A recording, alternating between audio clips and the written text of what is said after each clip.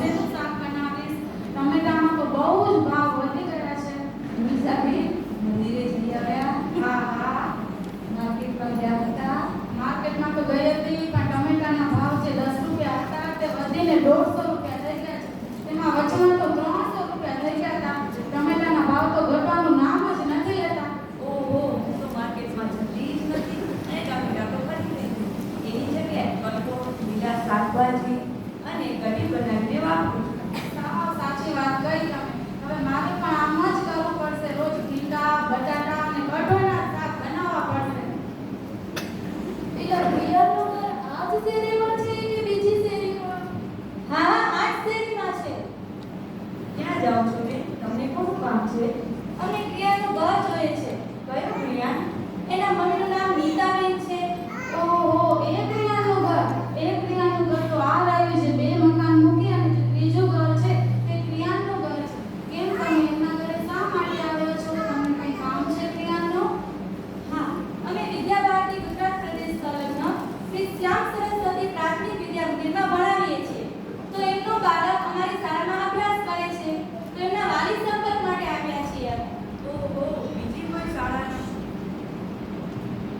કોઈ શાળાના દીદીઓ નથી આવતા વાલી સંપર્ક માટે? તમે કેમ આવો છો? અમારી શાળા એક સંગઠનથી જોડાયેલી છે. આ સંગઠન એટલે કે વિદ્યાભારતી સંગઠન.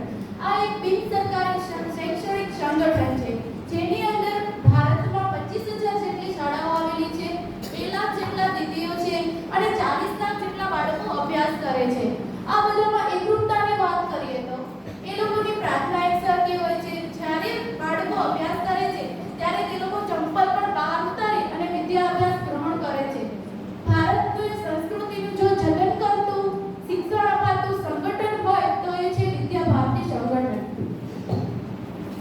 ઓહો, આ તો કંઈક અલગ જ શાળા લાગે છે. તો અમને થોડી માહિતી આપો ને. અમારી શાળામાં ફક્ત સરકારી પુસ્તકોનું શિક્ષણ આપવામાં નથી આવતું, સાથે સાથે આધારભૂત વિષયો પણ ભણાવીએ છીએ, જેવા કે યોગ, સાહસી, સૌકા, વૈદિક ગણિત અને સાથે સંસ્કૃતના શ્લોક પણ શીખવાડીએ છીએ.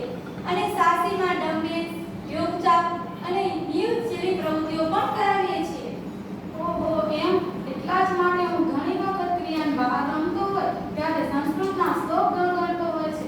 એ તમારી શાળામાં શીખવવામાં આવતા હોય છે. એટલા જ માટે કાં? બાકી કોઈ પડોશીના છોકરા તે સંસ્કૃતના શ્લોક ગણગણતા આવતા નથી. ઓ જો આયા નીતાબેન. નીતાબેન, તમે ક્યાં ગયા હતા? નમસ્કાર દીદી, તમે આવ્યા? હું તો છે ને સાવ ભૂલી જ ગઈ. મેસેજ તો આવ્યો તો ફોનમાં, પણ મંદિરમાં ઠાકરઠારી હતી ને તો ઉતાવળમાં ચાલી ગઈ.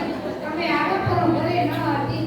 હા, તમે નતા એટલે અમે વાલી સંપર્ક કરી લીધો. તમારી પ્રિયા વિશે માહિતી મેળવી. તે શાળામાં શું કરે છે, ઘરે શું કરે છે તે?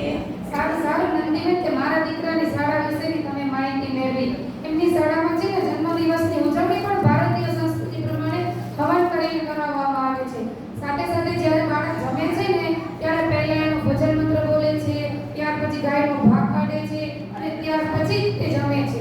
આપણે મંદિરેથી કે આવતા હોઈએ તો ચપ્પલ બધા જેમ તેમ મૂકી દેતા હોઈએ છીએ. તો ઘરે છે ને તે ચપ્પલ પણ બધી લાઈનસર ગોઠવે છે. આ બધા જ જીવન ઉપયોગી એમને જે સંસ્કાર મળતા હોય તો એ બધા જ શાળામાંથી મળે છે. એટલા માટે મને એ શાળા ખૂબ જ પસંદ છે. તેથી મેં મારા દીકરાને વિદ્યાભારતીની શાળામાં મોકલ્યો છે. વકીલાજી, તમારો વાલી સંપર્ક પૂરો થઈ ગયો?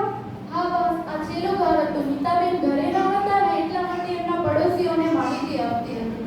હું તો છેલ્લા 2 વર્ષથી આ સંસ્થા સાથે જોડાયેલી છું.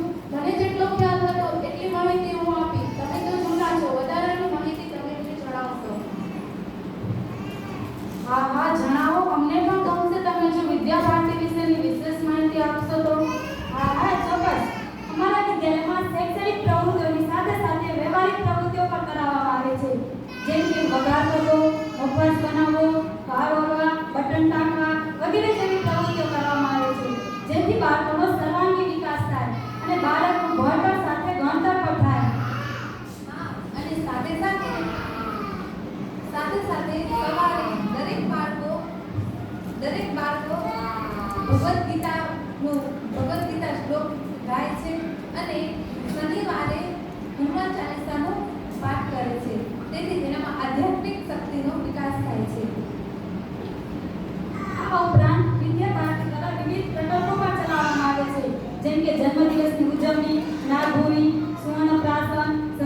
પિતા. હા, અને સાથે સાથે માધવ વિદ્યાપીઠ પણ ચલાવવામાં આવે છે. આ પ્રકલ્પથી વિદ્યાર્થીમાં સર્જનાત્મક શક્તિ, પછી શિસ્તતા, નિયમિતતા, જીવન પછી વડીલોને આદર વગેરે જેવા ગુણોનો વિકાસ થાય છે. ટૂંકમાં કહીએ તો બાળકોનો સંબંધી વિકાસ થાય તેવા આપણે પ્રયત્નો કરીએ છીએ. તો આજે અમને તમારા દ્વારા વિદ્યા ભારતીની તમામ માહિતી મળી અને તે માહિતી મને ખૂબ જ ગમી. હું પણ મારા મિત્ર વર્તુળમાં કહીશ કે જો બાળકોને શિક્ષણની સાથે સાથે સંસ્કાર મળે તેવું જો બાળકને શિક્ષણ અપાવવું હોય તો વિદ્યા ભારતીની જ શાળામાં બાળકોને મોકલવા જોઈએ. હા નીતાબેન, તમે ખૂબ જ સારું કાર્ય કર્યું છે કે તમારા જ્ઞાનને વિદ્યા ભારતી શાળામાં મૂક્યું છે. અમે પણ એવી કોશિશ કરશું કે અમારા બાળકને પણ વિદ્યા ભારતી શાળામાં